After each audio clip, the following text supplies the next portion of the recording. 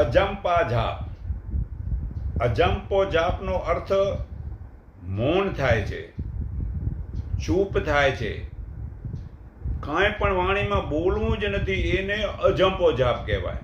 જે 4 પ્રકારની જે વાણી કહેવાય, પરા, પછતી, મધ્યમ અને વૈખરી, એ 4 વાણીની બહાર નીકળી જવું હોય.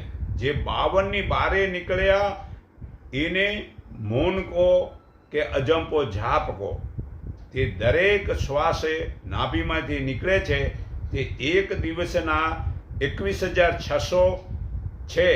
તે શ્વાસોમાં મૌનથી નાભીમાં જવાથી એ જ્ઞાન મળે છે અને ઈશ્વરની પ્રાપ્તિ થાય છે. તેથી સહેજે આત્માજ્ઞાન થાય છે. તમે મૂળ ચેતન સ્વરૂપને જાણશો, કારણ કે જાણવાનું અને પામવાનું જ્ઞાન છે. તે માટે હે અર્જુન, આ ચામડાની આંખે નહીં દેખાય, પણ હું તને આ દિવ્ય ચક્ષુ આપું છું, તેથી દેખાશે. આ ગીતા અધ્યાય 11 શ્લોક 8માં પુરાવો છે. તો ભાઈ આપણે મતલબ જે છે ને, આ દિવ્ય દ્રષ્ટિ દીધી એ, આ દિવ્ય દ્રષ્ટિ વડે સદગુરુના પાસે જવાથી એ સદગુરુ શાન વડે આ દિવ્ય દ્રષ્ટિ વડે પરમાત્માના દર્શન કરાવે છે. પછી એમને કોઈ પણ મંત્ર જાપ જપવાની રહેતા નથી.